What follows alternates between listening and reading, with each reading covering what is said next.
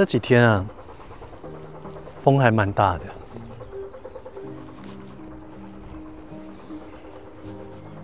有的時候，我們太想要控制一件事情，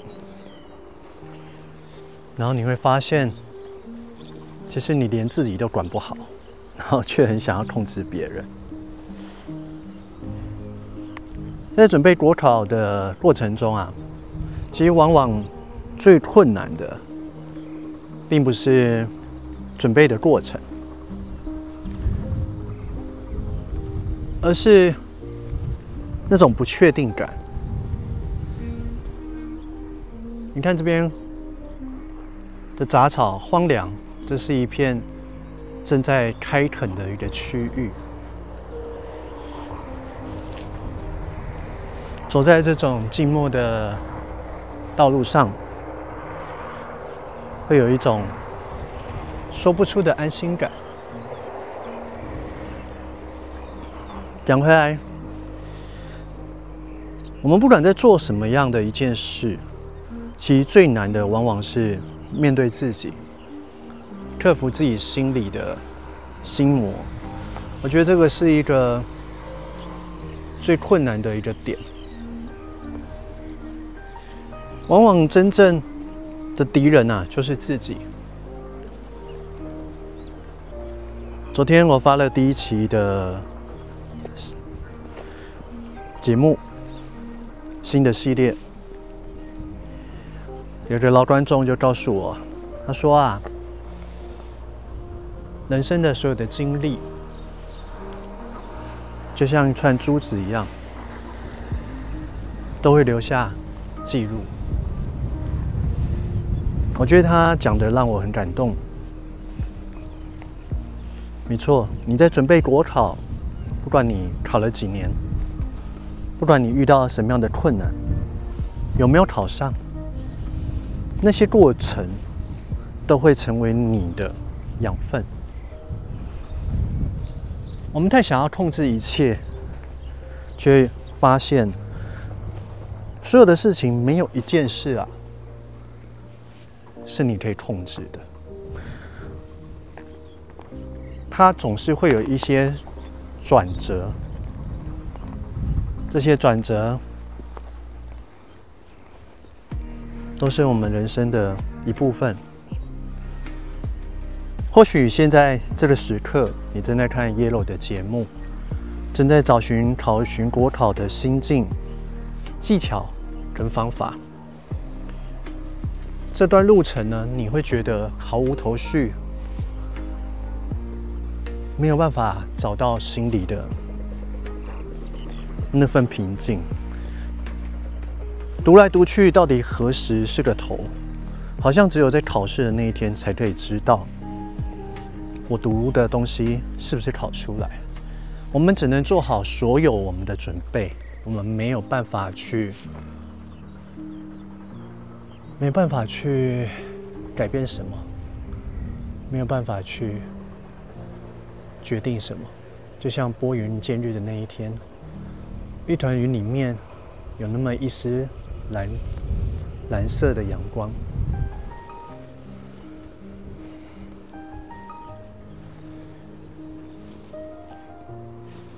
昨天發了影片之後，很多觀眾都很鼓勵，也惋惜。但人生就是一直不斷的往前走，只有不斷的往前走，我們才知道說自己究竟有沒有做到你自己想要的，你想要的那種成果，你向往過的那種人生。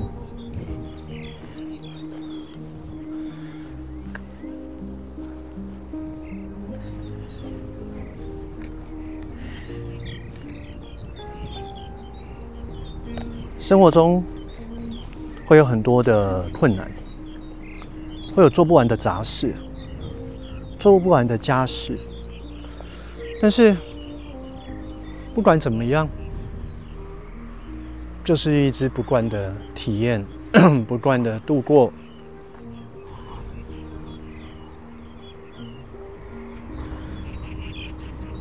我覺得考國考的過程，其實就是一個自我面對孤獨的旅程，所以會很直覺的，我們會想要找戰友、找夥伴、找讀書會、找頻道的內容，這個都是人之常情。因為我們覺得很孤獨，覺得一切不如我們所預期，我們必須要透過某種方法，讓自己能夠感覺自己存在，自己不是那個失敗者。考試的過程真的很難捱，每一個悲傷的夜晚，每一個突破不了的題目，或者是永遠都讀不完的書，還有那枯燥的東西，其實等到你考上了，也只是人生的另一個起點，不代表你就可以躺平了。你從一個開墾的過程中，慢慢走向茂盛。這個茂盛就是你的路了嗎？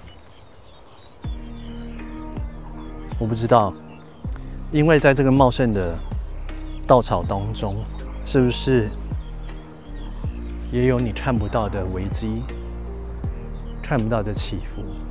所以我們在做一件事的時候，一開始的時候，我們總是熱情滿滿，好像在開墾一片荒地。這個荒地，當我們慢慢開墾到了一個時間點的時候，它慢慢長出了茂盛的稻草，但是是不是有很多的危機也都在裡面？這種事情其實真的很難知道未來會怎麼樣。我相信在10年前考上公務員的人，他們也沒有想到，居然政府會改，說退休金給你逐年調降。這對於這些當公務員、為國家保家衛國的軍人來說，無非是一個痛擊。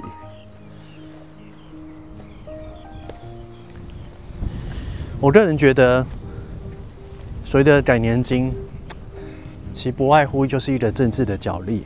但我這邊我不想多提政治，我想要談的是我們自己考上公務員之後，國考考上之後，你應該怎麼樣去思考退休金這件事？如果你的人生一生就是想要求穩，那不管有沒有退休金，我仍然覺得公務員考試是你的一個很不錯的選擇。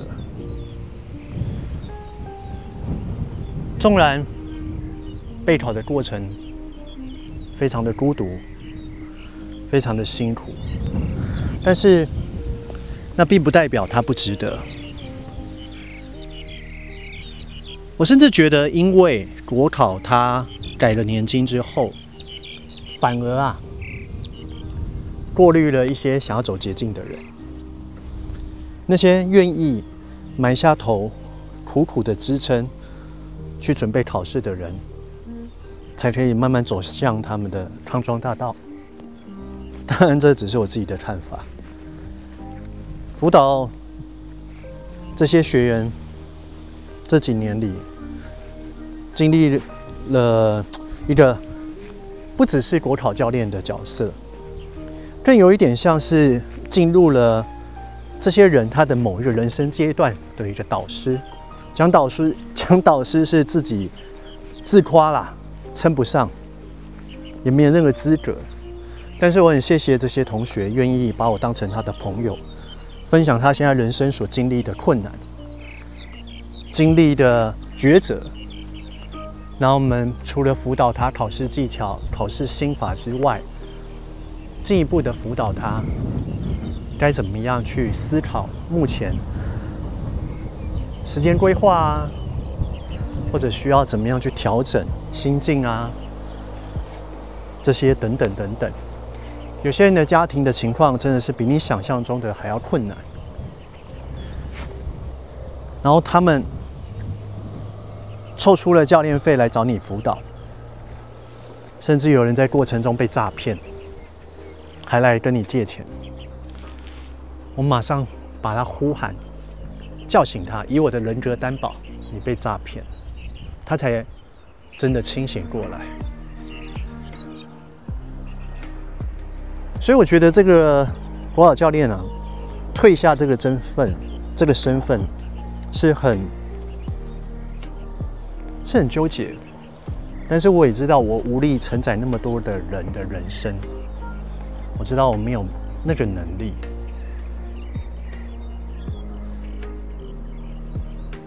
所以能幫助同學的也很有限，但我总是竭盡所能的去幫助同學。有些同學後來沒有考上，也走進了社會，走進了職場，去面對他即將應當要面對的人生風景。我自己覺得，在做 YouTube 的過程中，是幫助別人，也是幫助自己，去釐清、去學習、去面對很多時候自己的一些想法、那些感受。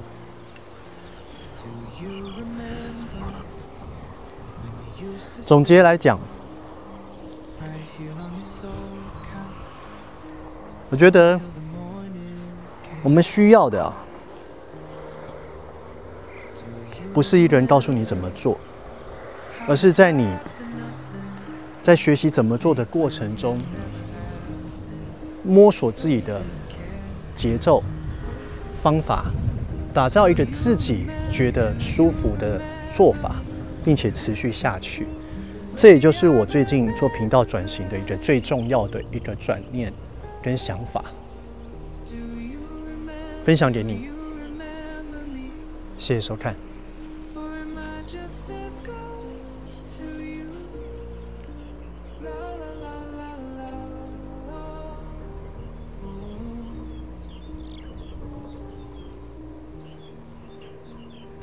Have that photo from the day we met.